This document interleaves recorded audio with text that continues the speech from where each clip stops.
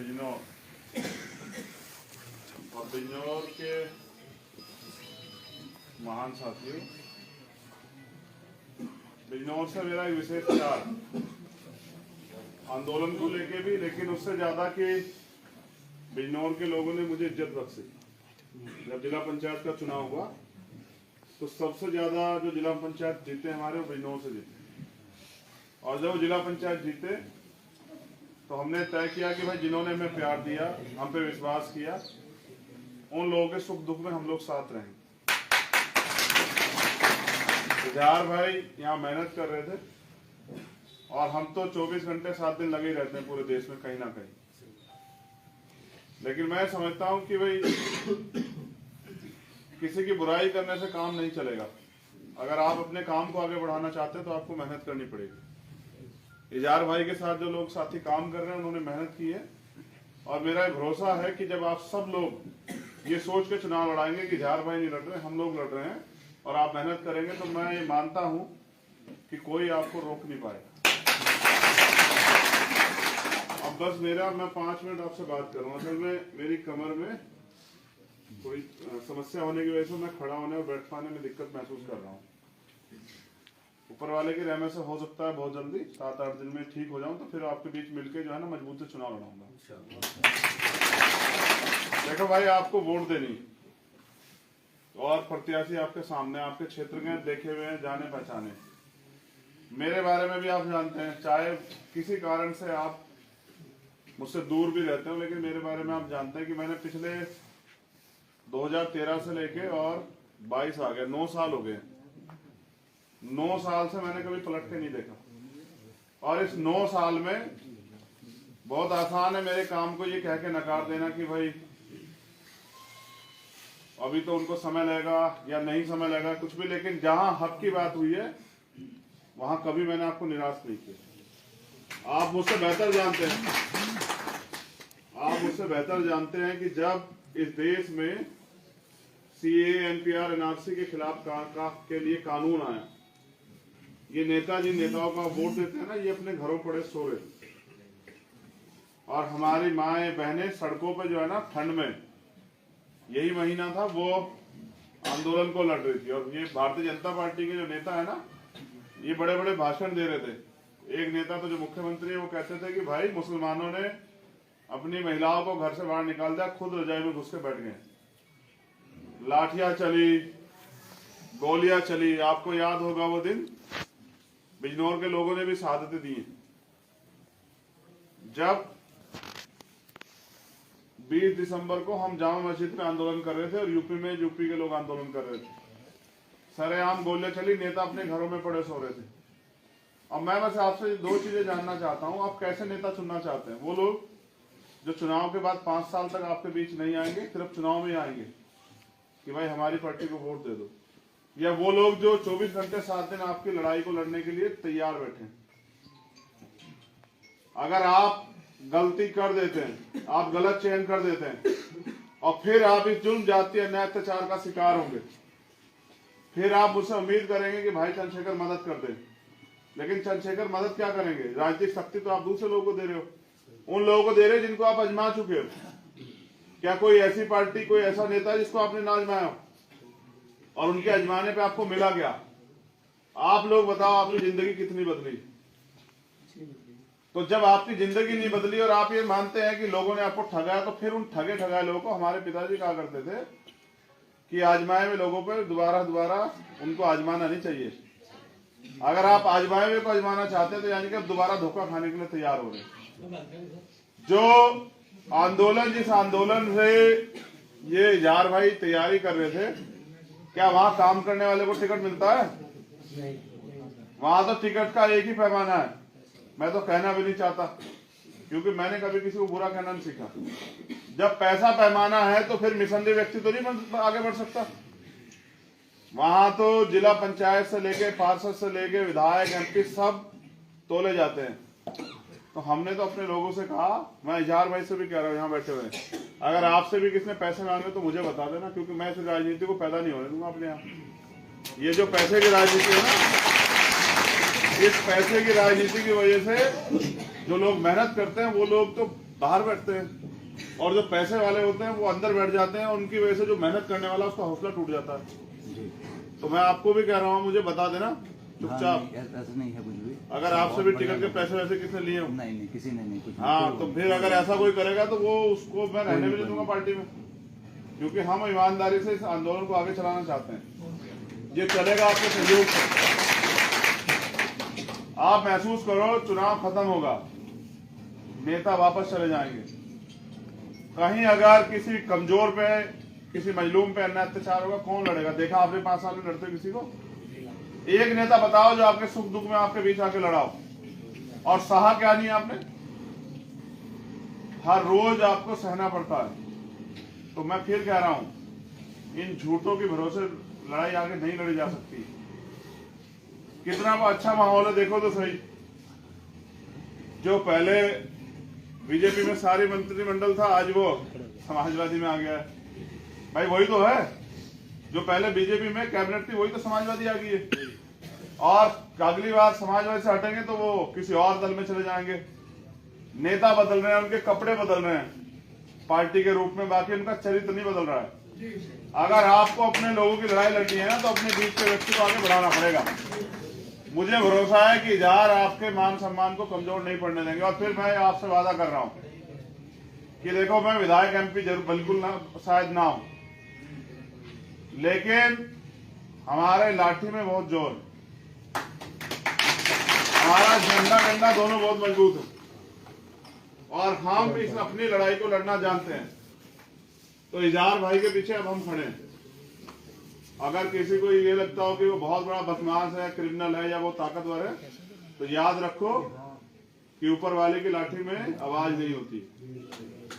ये इजहार भाई हमारे प्रत्याशी, और इनके लिए मैं खुद हर गांव जाके अपने समाज से, जो पूरा बहुजन समाज है, उनसे वोट मांगने का काम करूंगा। मैं भी ये जानना चाहता हूं, क्या तो मेरे काम में कोई कमी बताओ, और अगर मेरे काम में कमी नहीं है तो फिर मेरा साथ दो। और अगर आप मेरा साथ दे रहे ना, तो मेरी बात को आप लिख लेना। उत्तर प्रदेश ही नहीं, ये लड़ाई तो उत्तर प्रदेश शुरू हो रही है, क्योंकि ये तो मेरा सहारनपुर, मुजफ्फरनगर, बिजनौर मेरा गृह जनपद है। ये असली लड़ाई तो 2024 में लड़ी जाएगी। पहले इनका यहाँ इलाज कर रहे हैं और फिर इनका वहां भी इलाज करेंगे। लेकिन सत्य ये है, इलाज करने के लिए भेज किसे रहे हो? जो लोग 5 साल उनका सामना नहीं कर पाए, अब कर लेंगे क्या उनका सामना? ये बात जो उनके सामने 5 साल आंख से आंख मिला के खड़े नहीं हो पाए, आज सामना कर लेंगे क्या? ये लड़ाई कमजोरों की, और कमजोरों को अपने कंधों पे लड़नी पड़ेगी, अपने सहारे लड़नी पड़ेगी, अपनी मेहनत से लड़नी पड़ेगी। वरना हमेशा ऐसा ही होगा जो पिछली बार होता आया। और जहां तक हमने मेहनत की है, आज जो उनके साथ साथी आए हैं, वो और भीम आर्मी के लोगों ने यहाँ काम किया है। और जब हम अपने काम को लेकर अपने परिवार के बीच में जाएंगे तो हमारी माता बहनें हमें साथ देंगी। और ये पहले भी हुआ जिला पंचायत में, और विधानसभा में भी होगा। आप अपने दिमाग से ये बात निकाल लेना कि किसी को गलतफहमी हो कि वो वोट कहीं और जाएगा। वो वोट आपको जाएगा, और आपको जाएगा। आप भले इसका साथ छोड़ देना, इजहार भाई के समाज के लोग, कि भाई ये कमजोर है, लेकिन मैं इसको कह रहा हूं कि ये मेरा भाई है और ये कमजोर नहीं है। इसके पीछे चंद्रशेखर आजाद खड़ा है, और जो ना मुख्यमंत्री से डरता और ना प्रधानमंत्री से डरता। और अभी वहां गोरखपुर में भी हराएंगे, बिल्कुल। आप चिंता मत करो, गोरखपुर में भी हरा के भेजेंगे, गोरखपुर से भी जीत लेंगे। वो जो मुख्यमंत्री सरकार के दम पे जो है ना तानाशाह समझ बैठा, उसको गोरखपुर में हरा के भेजेंगे। जब से घोषणा की है, नींद भी पता नहीं कैसे आ जाएगी मुख्यमंत्री जी को।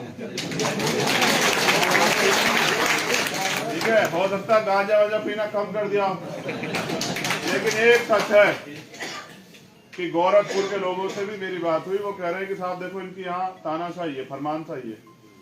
हमें तो लगता नहीं, आपसे तो उम्मीद है कि आप इसके सामने अड़ सकते हो। तो मैंने उनसे कहा कि अड़ने के लिए तो आ रहा, अगर सिर्फ चुनाव की बात होती तो ये नेटवर्क वाले मुझे कई दिन से वो कर रहे थे कि भैया नेटवर्क आ जाओ, जिता के भेजेंगे, नेटवर्क आ जाओ, जिता के भेजेंगे। जिताने की, जीतने की लड़ाई, हराने की भी है। उनको हराना है वहां जाके, क्योंकि अगले 5 साल अपने लोगों को मरने के लिए नहीं छोड़ सकते हम लोग। ठीक है, क्योंकि जब सत्ता गलत हाथों में होगी तो नुकसान होगा। आप अपने यहां से इसको जिता के भेज देना इजहार को। बाकी जगह से ऐसा नहीं, हम लोग मेहनत कर रहे हैं और हम इस ताकत में जाएंगे, हमारे बिना उत्तर प्रदेश की सरकार नहीं बनेगी। आप मेरी बात को नोट करें। और जब आपके जरिए सरकार बनेगी तो ये बताओ काम किसके होंगे? तो ये मुजफ्फरनगर भी देगा रिजल्ट, बिजनौर भी देगा, सहारनपुर भी देगा, मेरठ भी देगा और गाजियाबाद भी देगा। पश्चिम में अमरोहा भी रिजल्ट देगा, मुरादाबाद भी रिजल्ट देगा और बरेली भी रिजल्ट देगा। हमने काम किया और हम अपनी मेहनत के दम पे, और हमारा मैनिफेस्टो है। जो मैंने मैनिफेस्टो जारी किया उसके बाद कई पार्टियों ने कॉपी कराया उसको कि हम भी ये देंगे, हम भी देंगे। उनसे पूछे भाई तुम कहां से दोगे? तुम पे तो 5-5 साल सरकार है, तब तो दिया नहीं। मैंने तो उनसे भी पूछा जो कह रहे हैं कि विकल्प है गठबंधन वाले। मैंने कहा कि आपने कहा था 18% आरक्षण देंगे मुसलमानों को, सरकार भी आई, क्यों नहीं दिया? क्यों नहीं दिया? आप पे तो सरकार थी ना, क्यों नहीं दिया? जब आप पे सरकार नहीं थी तब तो कुछ नहीं दिया, सरकार थी। अब आप कह रहे हैं कि देंगे, कहां से दे दोगे आप पे तरीका है देने का? तो नहीं, चुप्पी। मैंने कहा तो आप झूठ के भरोसे, आप में और मोदी में फर्क क्या बचेगा फिर? वो भी झूठ बोलते हैं और आप भी झूठ बोलते हैं। हम आपसे वादा कर रहे हैं, हमें अवसर मिलेगा तो हम दे के दिखाएंगे, हमें पता कैसे दिया जाता है। हमारा मैनिफेस्टो है, उस मैनिफेस्टो को मैंने आज इनको बताया था। ये इजहार भाई शायद देर से पहुंचे थे। वो मैनिफेस्टो आप अगर अपने लोगों को, जो लोग हैं बहुजन समाज के या जो भी लोग हैं विधानसभा में, आप एक बार उनको जाके बताना कि हमारे सरकार आने पे हमें अवसर मिलने पे हम देंगे, तो मैं लिख के देता हूं कि वो लोग आपका मैनिफेस्टो सुनने के बाद आपको मदद कराएंगे और आपका साथ देंगे, और एक से एक मिलकर 11 हो जाएंगे, और 11 जो है ना वो 1111 हो जाएंगे। इस तरह से हमारी गिनती बढ़ती रहेगी। ये लोकतंत्र है। जनता जो है तैयार बैठी है, उसमें विकल्प चाहिए जो उनके लिए लड़ सके, और हमें इजहार भाई पे भरोसा है, यहाँ की यूनिट पे भरोसा है, यहाँ के हमारे सम्मानित जिलाध्यक्ष जी और इस मंडल के जो है मुख्य प्रभारी। मैं तो कोऑर्डिनेटर सबसे भी नाराज हूँ। ये कोऑर्डिनेटर शब्द भी बुरा है, इसके नाम से डर जाते हैं लोग। कोऑर्डिनेटर जो शब्द है ना, इसके नाम डर जाते हैं लोग। तो मैं तो कहता नहीं, मैं इनसे कहता हूँ कोऑर्डिनेटर मत कहा करो, मुख्य मंडल प्रभारी कहा करो। तो ये हमारे भीम आर्मी के जिलाध्यक्ष भाई ओमपाल जी, छोटे भाई आलोक जी, तमाम जो साथी यहाँ हैं, भीमसेन जी, ये सब लोग मिलकर चुनाव में मजबूत लड़ेंगे और हम खुद भी रहेंगे और आप मेहनत करेंगे, हम मेहनत करके जीतेंगे। मुझे तो पता नहीं था कि उन्होंने मीटिंग रखी है, मुझे रास्ते पता लगा इन्होंने मीटिंग रखी है, वरना मैं तो सोचता था कि धूम से पहले निकल जाऊं। ये तो सब लोग बहुत टाइम से इसी इंतजार में थे कि दर्शन हो जाए। चलिए धन्यवाद, आप आए, मगर याद रखिए आज फिर कह रहा हूँ, आज शुरुआत करेंगे कल, लेकिन शुरुआत आपको अपने आप करनी पड़ेगी। अगर आपको लगता है कोई और आपकी परेशानी हल करेगा तो ऐसा कभी नहीं हुआ। इतिहास गवाह है, अगर आप ये बैठे हैं कि कोई पीर पैगंबर कोई फरिश्ता करेगा तो नहीं, वो आपके जरिए करवाएंगे, लेकिन करना आपको पड़ेगा। और अगर आप ये सोचते हैं कि मेहनत नहीं करेंगे, हम नहीं लड़ेंगे, तो फिर तैयार रहिए। उनकी तो तैयारी दूसरे वालों की। भाई आप उनको ताकत देते हो जो लड़ना नहीं चाहते, तो आपकी इच्छा है, और अगर आप उनको ताकत देते हो जो लड़ना चाहते, तो मैं लिख के दे रहा हूँ कि फिर आपको किसी की तरफ उस उम्मीद की निगाहों से देखना पड़ेगा कि किसी आपको परेशानी है, आपको कोई आपकी मदद को आएगा, फिर आपके लोग आपके बीच में रहेंगे। तो ये जो 100 मुकदमे, 100 से ज्यादा मुकदमे इन्होंने मेरे ऊपर लगाए ना, ये मेरे व्यक्तिगत नहीं है, ये आपकी और हमारी तमाम लोगों की, जो आवाम है, इसकी हितों की रक्षा की लड़ाई लड़ते हुए लगे। ठीक है, तो मैं तो जानता हूँ कितने ताकतवर है, मगर मैं ये भी जानता हूँ कि जालिम शख्स कितना भी ताकतवर हो, जब उसका सामना किसी ईमानदार से होता है तो फिर उसे भागना पड़ता है, और ऐसी भग्गी अब इनको गोरखपुर में देने जा रहे हैं। बहुत बहुत धन्यवाद। आप लोग यहाँ तैयार कर रहे थे, आपने समय दिया, आप इनसे मोहब्बत करते हैं, लेकिन ये मोहब्बत जो है ना, कभी कभी फीकी पड़ जाती है जब सामने चमक वाले नोट होते हैं। तो इस बार पैसे वाले के चक्कर में मत रहना। मैंने कई बार देखा कि मेहनत जो है ना वो कमजोर पड़ जाती है जब पैसों की चमक आदमी के सामने आती है। लेकिन ये याद रखना, मैं अपने समाज के लोगों से स्पेशली कह रहा हूँ कि माननीय काशीराम साहब ये कहते थे कि वोट का अधिकार आपको बिकने के लिए नहीं मिला हुआ, वोट का अधिकार आपको गुलामी से मुक्ति के लिए मिला हुआ है, कि आप वोट का प्रयोग करके आप अपनी सत्ता स्थापित करोगे, अपने लोगों को जिता के भेजोगे, तो इसलिए आपको वोट का अधिकार मिला हुआ है। और वोट की सुरक्षा बहन बेटी की रक्षा की तरह करनी है। तो वोट को अगर जालिम को दोगे तो फिर कल को अपनी जान बचाते घूमोगे चारों तरफ, और अगर वोट को जिम्मेदारी से अपने साथी को दोगे तो आने वाला कल जो है वो एक नई भारत लिखेगा, और फिर आपको परेशान नहीं होना पड़ेगा। बहुत बहुत धन्यवाद, शुक्रिया। दुआओं की दरखास्त है आप सब लोगों से।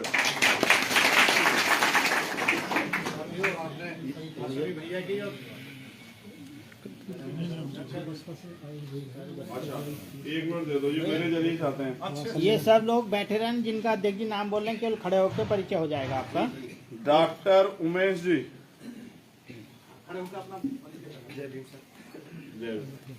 थोड़े जो लोग हैं आप इधर, आप आगे आ जाइए। धन्यवाद। डॉक्टर नागेंद्र जी,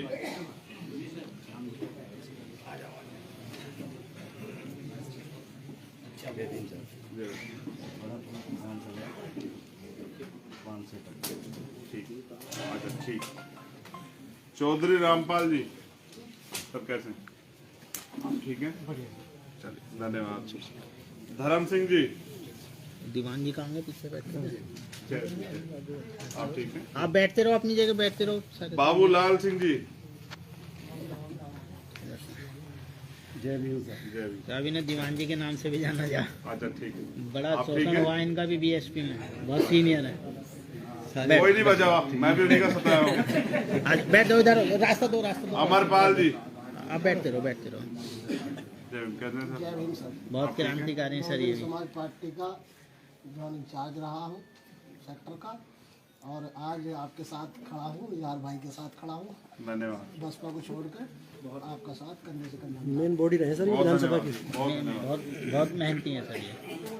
नहीं, ये सब लोग मेहनती हैं, सब मेन ये सब मेहनती हैं, सब मेन थी। लेकिन समस्या क्या है ना, ये मेहनत करते हैं और ऊपर से फरमान आता है और इनकी मेहनत जो है वो धूमिल हो जाती है।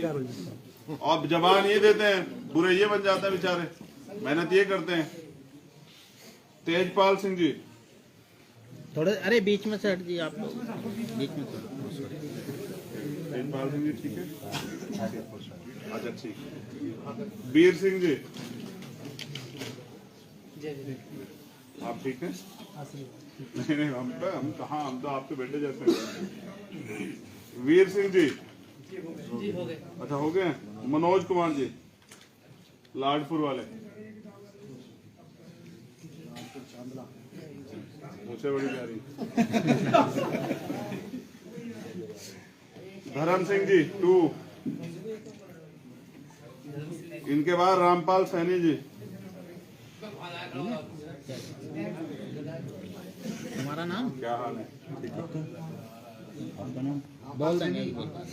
अच्छा वहाँ है। रामपाल सैनी जी के बाद सुनील कुमार कोटद्वार वाले हैं। सुनील यहाँ? सुरेंद्र सिंह जी सुनील कुमार है या सुनील कुमार? आप ठीक हैं?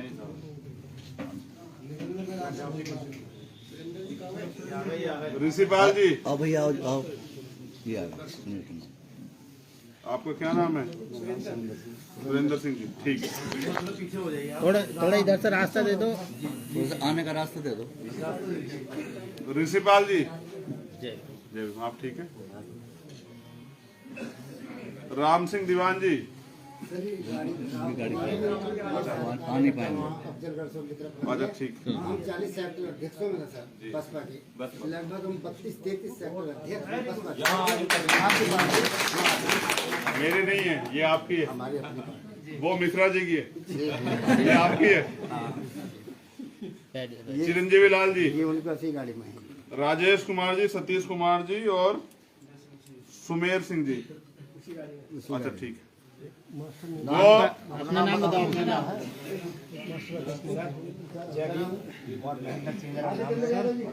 जितेंद्र यादव जी आए हुए हैं ठाकुर द्वारा से। मैंने फोन किया था कि आप